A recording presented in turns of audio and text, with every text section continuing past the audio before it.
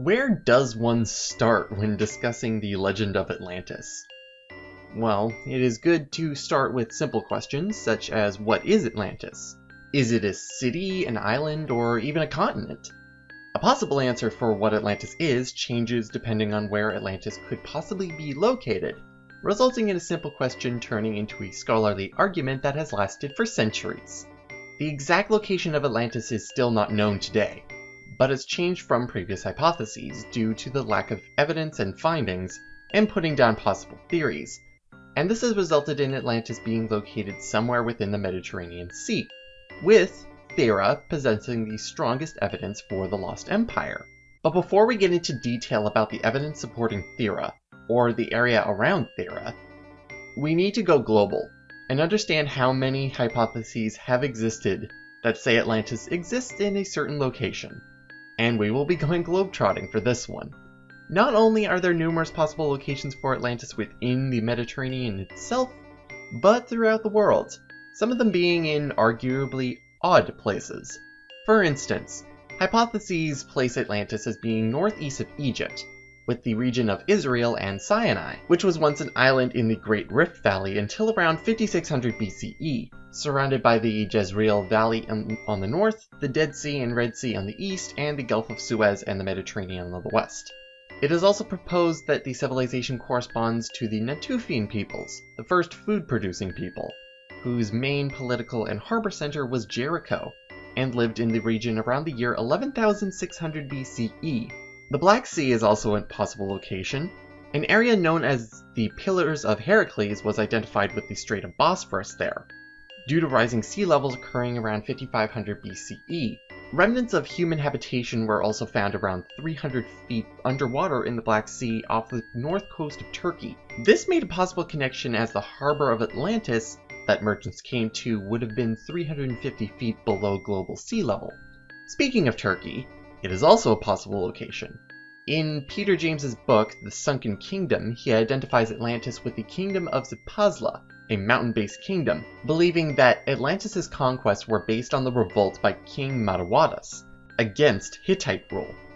The site of the city is supposedly in a now-vanished lake to the north of Mount Sipylus, where Greek tradition placed the city of Tantalus, which was said to have been destroyed by an earthquake. Moving from the east and heading west, the northern Atlantic also has numerous locations where Atlantis could be. For instance, according to Paul Dunbavin, in his book Atlantis of the West, The Case for Britain's Drowned Megalithic Civilization, he argues that a large island once existed in the Irish Sea, and that this was Atlantis. He argues that this Neolithic civilization in Europe was partially drowned by rising sea levels caused by a comet impact that caused a pole shift and changed the Earth's axis around 3100 BCE. Great Britain was also believed to be the location of Atlantis. The exact location was a shallow area of Little Sole Bank, 100 miles from Land's End, Cornwall. They based this off the myth of Lyonesse, a country of Arthurian legend, as it was the home of Tristan, in the story of Tristan and Isolde. Other areas around Ireland included Neolithic civilizations, including the Dogger Bank area, an island that sank in the North Sea around 6100 BCE. It was devastated due to rising and falling sea levels from the melting of the ice sheets, and also a tsunami from the Storegga Slide, underwater landslides. Tsunamis also affected an area known as Doggerland, between England and Denmark, around 6200 BCE, where Atlantis could have been, and human remains have been found from the Dogger Bank. Atlantis could also be between Britain and France on the Celtic Shelf. Denmark has also been linked to Atlantis due to the Ice Age, and Finland as well, where Atlantis disappeared around 8016 BCE as the ice melted, and was told from the Bok family saga, passed down from generations. This hypothesis is more of a time period in this case than an actual location, and the word Atlantis in this case comes from the Swedish alt land is, or all land ice. Sweden also has its own probable relationship to Atlantis. In 1679, Olaus Rudbeck wrote Atland, or Atlantica, where he argues that Scandinavia, specifically Sweden, is identical with Atlantis. Speaking of Atlantis being between landmasses, and also heading all the way across the Atlantic, There are many hypotheses that have argued that Atlantis was connected to, or was, in the Americas, and the scope of the landmass changes depending on the hypothesis. For instance, in 1556, Agustin de Zarate, a Spanish writer and historian, stated that the Americas was Atlantis, which at one time began from the Straits of Gibraltar and extended westwards, to include North and South America, and said it had all the attributes of the continent described by ancient texts of Plato, yet at the same time mentioned that the ancient peoples crossed over by a route from the island of Atlantis around 1100 BCE. This hypothesis and the proposed crossing was further clarified by historian Pedro Sarmiento de Gamboa in 1572 in his History of the Incas, who by calculation of longitude stated that Atlantis must have stretched from within 2 leagues of the Strait of Gibraltar westwards to include all of the rest of the land from the mouth of the Amazon River and Brazil to the South Sea, which is what they now call America. He thought the sunken part to be now in the Atlantic Ocean, but that it was from the sunken part that the original Indians had come to populate Peru via one continuous landmass. He says that South America was also known by the name of the Illa Atlanticus. In fact, South America was also argued to be Atlantis itself as the continent. When South America was discovered and found to be its own island and not connected to Asia, it was known as the Atlantic Island. It first appeared as Insula Atlantica on a map of the New World by cartographer Sebastian Münster in 1540. Later, on the map titled Atlantis Insula by Nicholas Sanson and Son in 1669, both North and South America were identified as Atlantis Insula. The Atlantis name remained popular with South America, as a hypothesis appeared arguing whether the capital city may have resided in South America. Author Jim Allen argues that this island capital is in what is now Bolivia. Allen contends that the Altiplano region of Bolivia meets these characteristics, as the city lay on a level, rectangular plain, 5 miles from the sea, and the whole region was high above the level of the ocean, rising sheer out of the sea to a great height on that side of the continent. There is also a connection to Cuba as being a possible location for Atlantis. In his book Gateway to Atlantis, The Search for the Source of a Lost Civilization, author Andrew Collins suggests Isla de la Juventud, or the Island of Youth, and the shallow sea bottom that surrounds it is a possible location for Atlantis. Sonar images suggest that there could be a complex of submerged structures or a Cuban underwater city, which were recorded off the coast of the Pinar del Rio province in 2001. Not only are there possible locations that stem from ancient sources of the legend of Atlantis, but there are other places that have been argued that complete our globe-trotting adventure before returning to around the Mediterranean. For instance, both the North and South Pole, Antarctica, have also been argued. The North Pole has been argued as being the original center of mankind, stated by William Fairfield Warren, a professor of systematic theology who wrote the book Paradise Found, the Cradle of the Human Race at the North Pole in 1885. Warren placed Atlantis at the North Pole, as well as the Garden of Eden, Mount Meru from Hindu and Buddhist mythologies, Avalon, the island from Arthurian legends, and Hyperborea, a region in the far north where a mythical people lived according to Greek mythology. Warren believed all these mythical lands were folk memories of a former inhabited far northern seat, where man was originally created and was some form of utopia.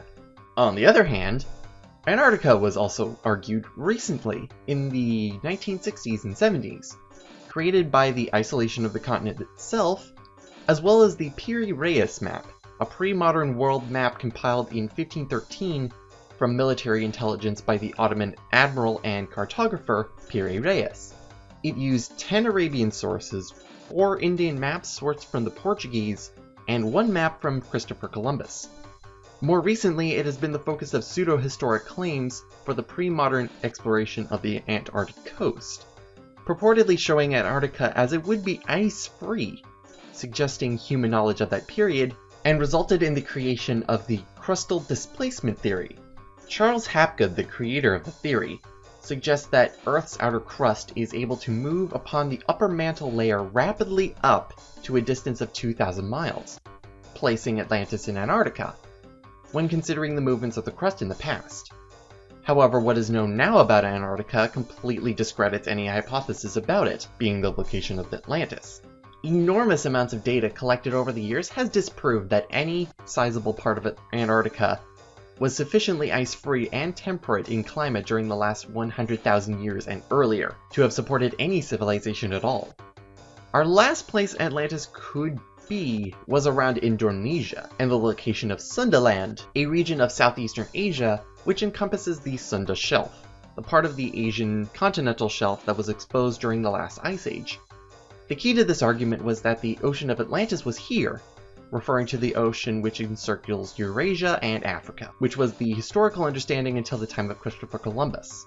This idea claims the natives of Sundaland who fled the rising waters or volcanic explosions that destroyed the area eventually had contact with ancient Egyptians, who later passed the story on to Plato, who gets some but not all of the details correct, including location and time period. However, Sundaland is quite tectonically stable, lacking any known prehistory of any significant tectonic activity, and support for this hypothesis is severely lacking. Now, after having a brief adventure around the world at locations of Atlantis, you may have noticed that in some of the hypotheses stated, many mention dates and areas, such as the Pillars of Heracles, that correspond to the dialogues Timaeus and Critias, written by the Greek philosopher and mathematician Plato, around the year 360 BCE. These pieces are arguably the strongest pieces of evidence about the existence of Atlantis. Plato describes the disappearance of the island of Atlantis, basing his tale on the account of Solon, an Athenian lawmaker and poet in the 6th century BCE. Solon, in turn, had received his information from Egyptian priests. In Critias, the character named Critias relays the information that Solon received from the priests, including their lifestyle, the classes and statuses of the citizens, the working of the soil in agriculture, and so on. In Timaeus, however, Critias delivers a speech of the marvel of the island of Atlantis, which goes as follows. Many great and wonderful deeds are recorded of your state in our histories, but one of them exceeds all the rest in greatness and valor. For these histories tell of a mighty power which unprovoked made an expedition against the whole of Europe and Asia, and to which your city put an end. This power came forth out of the Atlantic Ocean, for in those days the Atlantic was navigable, and there was an island situated in front of the Straits, which are by you called the Pillars of Heracles. The island was larger than Libya and Asia put together, and was the way to other islands, and from these you might pass to the whole of the opposite continent, which surrounded the true ocean, for this sea which is within the Straits of Heracles is only a harbor, having a narrow entrance, and that other is a real sea, and the surrounding land may be most truly called a boundless continent. Now, in this island of Atlantis there was a great and wonderful empire which had rule over the whole island and several others, and over parts of the continent, and furthermore, the men of Atlantis had subjected the parts of Libya within the columns of Heracles as far as Egypt, and of Europe as far as Tyrrhenia. This vast power gathered into one endeavored to subdue at a blow our country and yours, and the whole of the region within the Straits. And then, Solon, your country shone forth in the excellence of her virtue and strength among all mankind. She was preeminent in courage and military skill, and was the leader of the Hellenes. And when the rest fell off from her, being compelled to stand alone, after having undergone the very extremity of danger, she defeated and triumphed over the invaders, and preserved from slavery those who were not yet subjugated, and generously liberated all the rest of us who dwelled within the pillars. But afterwards there occurred violent earthquakes and floods, and in a single day and night of misfortune all your warlike men in a body sank into the earth, and the island of Atlantis in like manner disappeared in the depths of the sea, for which reason the sea in those parts is impassable and impenetrable, because there was a shoal of mud in the way, and this was caused by the subsidence of the island. Many of the previous hypotheses take from this passage, as well as other parts of Plato's work, including size, to support South America as Atlantis and also travel for the Indians, and also how Atlantis disappeared, attempting to match landscapes that fit the description. However, Plato mentions a vague location for Atlantis, situated in front of the Straits which are by you called the Pillars of Heracles. These pillars supposedly apply to the promontories that flank the entrance of the Strait of Gibraltar, with the two most likely candidates being Monte Hacho of Ceuta and Jebel Musa of Morocco. Renaissance tradition says the pillars bore the warning Nec plus ultra, meaning nothing further beyond, serving as a warning to sailors and navigators to go no further, and in effect similar to Plato, places Atlantis in the realm of the unknown. Atlantis could possibly be in the Atlantic Ocean as a submerged continent. However, it is never specifically stated which direction someone was supposed to enter the pillars from, meaning that Atlantis could also be within the Mediterranean. Atlantis could also be right near the pillars themselves, serving as the entrance to what was Atlantis. And of course, each of these hypotheses have their own list of hypotheses on top of that. Beginning with being close to the pillars, the submerged former island called Spartel Bank in the Strait of Gibraltar has been proposed as the location of Atlantis.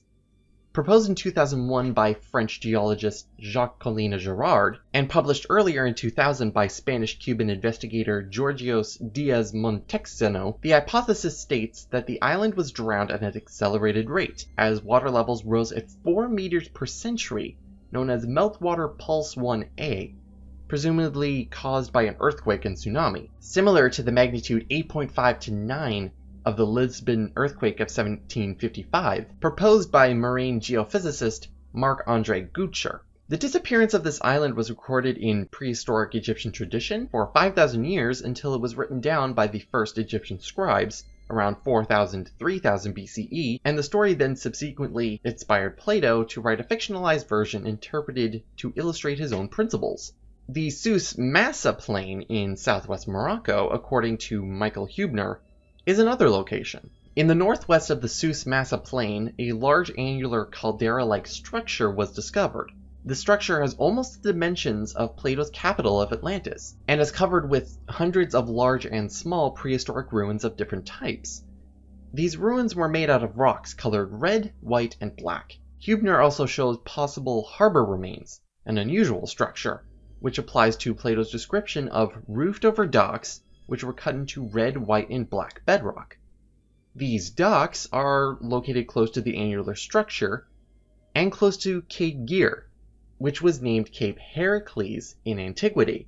On the opposite side of the strait, the region of Andalusia, a region in southern Spain, has also been considered as a location. Developed by Spanish author Juan de Mariana and the Dutch author Johannes van Gorp in the 16th century, the metropolis of Atlantis was between the islands Mayer and Menor, located almost in the center of the Doñana marshes. German teacher Werner Wickbold also claimed this to be the location of Atlantis, and satellite images show two rectangular shapes on the tops of two small elevations inside the marsh of Doñana, which he hypothesizes are the Temple of Poseidon and the Temple of Cleito and Poseidon. On other images, parts of several rings are recognizable, similar in their proportion with the ring system by Plato. Now, these locations all support that Atlantis is relatively close to the Pillars of Hercules, but if a person were to look at entering the Pillars and venturing into the unknown, he would probably be entering the Atlantic Ocean, and other locations begin to make sense. For instance, the Azores Islands, a group of islands belonging to Portugal located about 900 miles or 1,500 kilometers west of the coast, and these islands could be the mountaintops of the submerged Atlantis. The Canary Islands have also been identified as remnants of Atlantis, including the Madeira and Azores Islands, as Atlantis potentially broke up when it sank. Evidence to support these claims include taking cores and marine deposits to examine the movement of the landmass over millions of years. And while there is evidence that these islands have risen at some point, there is a lack of evidence from the ocean floor that supports the islands ever being above water to any degree to create a livable continent. Atlantis could have also been in northern Spain, according to Jorge Maria Ribeiro Meneses, as the plateau called the Le Danois Bank, 25 kilometers from the continental shelf and about 60 kilometers off the coast of Asturias. It is hypothesized that Atlantis is part of the continental margin that broke off at least 12,000 years ago as a result of tectonic processes that occurred at the end of the last ice age. He argues that these processes created a tsunami with waves with heights of hundreds of meters, flooding and destroying the inhabitants there. But there is little evidence to back this hypothesis. So, with very little evidence supporting a lost continent in the vast Atlantic Ocean, Atlantis' location turns to within the Mediterranean, moving closer to Plato's homeland. From west to east, from the Pillars of Heracles, we have possible locations such as near Sardinia. It is actually argued that the Pillars originally resided in the Strait of Sicily, between Sicily and Tunisia, and that when the world began to expand in size through Alexander the Great's conquest of the East, the Pillars were moved to Gibraltar. According to this thesis by Italian journalist Sergio Frau, Sardinia could be identified as Atlantis. He argues that a tsunami once hit Sardinia which destroyed the enigmatic Nuragic civilization, who lived as early as the 18th century BCE, and that the survivors migrated to the nearby Italian peninsula, founding the Etruscan civilization. Speaking of Sicily, Plato's descriptions of the island and the city of Atlantis share several traits with Sicily and its Bronze Age culture. There is the idea that the Italians were involved in the Sea People's Movement, a similar story to Plato's account, who were a confederacy of seafaring raiders with an unknown identity, and that the name Atlas may have been derived from Italos, via the Middle Egyptian language. The island of Malta is also a possibility, being situated in the dividing line between the western and eastern Mediterranean Sea, and being home to some of the oldest man-made structures in the world, such as the megalithic temples, some built as early as 3000 BCE. Many archaeological sites and ancient remains in Malta that could be related to Atlantis are recorded in the book in 2000, Malta, Echoes of Plato's Island. There also may have been events that occurred when Plato was alive to inspire his work. In Greece, around 373 BCE, the city Helike became submerged, which may have been his inspiration for Atlantis, making his Atlantis completely fictional. In the eastern part of the Mediterranean, the island of Cyprus and the Cyprus Basin has been argued as the location of Atlantis. Robert Sarmast, an American architect, argues that images prepared from the sonar data of the sea bottom of the Cyprus Basin southeast of Cyprus show features resembling man-made structures at depths of 1,500 meters. He interprets these features as being artificial structures that are part of the lost city of Atlantis as described by Plato. According to his ideas, several characteristics of Cyprus, including the presence of copper and local names and festivals, such as cataclysmos, support his identification of Cyprus as once being part of Atlantis. However, his findings have been disagreed with, as geologists have concluded that the feature that Sarmast interprets to be Atlantis and its adjacent sea bottom were always submerged below sea level for millions of years under at least a kilometer of water. And so, with all of these hypotheses, it all leads back to the area around Thera. Not only because of the Minoan explosion, but also connecting back to Plato's works. There are a number of points that support Thera as being Atlantis. First, Plato describes quarries on Atlantis where one kind of stone was white, another black, and a third red, writing that these stones were quarried from the island and used in the construction. Rocks like this are found on Thera. Second, the center of the metropolis of Atlantis was described as being laid out in circular manner, surrounded by 3 circular concentric pits of seawater and 2 earth rings, each connected to the sea by a deep canal. Docks for a large number of ships with a causeway were also mentioned. Scientists reconstructing the shape of the island prior to the eruption have concluded that there was a ring configuration, with only one narrow entrance to a larger lagoon with islands inside, much as Plato described. One fresco in the ruins of Akrotiri, a Minoan Bronze Age settlement on Thera, is believed to be the landscape of the city. It shows a large city in an island in the center of the Caldera Lagoon. Third, during excavations at Knossos on Crete and at Akrotiri on the island of Thera, have revealed that the Minoans possessed advanced engineering knowledge, enabling the construction of 3- and 4-story buildings with intricate water piping systems, advanced airflow management, and earthquake-resistant wood and masonry walls. This level of technology was far ahead of mainland Greece at the time. And fourth, the ancient Greek for between and larger are actually easily confused in transcription and translation. So larger than Asia and Libya might be originally read between Asia and Libya, supporting the hypotheses of all the locations within the Mediterranean, which is how classical Greeks would have described Thera and Crete. This error in translation also destroys any hypothesis that considers Atlantis to be a continent. But what does this all mean in the end? There is certainly a list of evidence that supports Thera as being where Atlantis could have been, but is it really? Did Plato over-exemplify points about his fictional city to be a sort of role model for how cities were supposed to be? Is there really an Atlantis? We don't really know. But possible hypotheses will continue to come up, and they have, as been previously described, as the legend continues to be unraveled. As what was mentioned here, there are a lot of harebrained ideas, blending fictions together to create a perfect world, a utopia.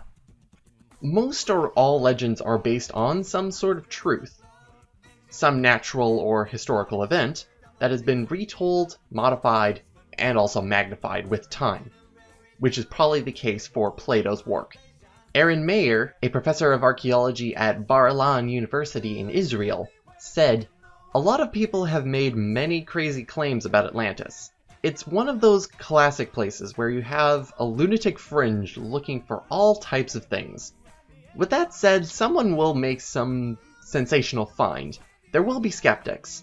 But until the details are revealed, no hypothesis should be discounted completely. It is simply another way to think."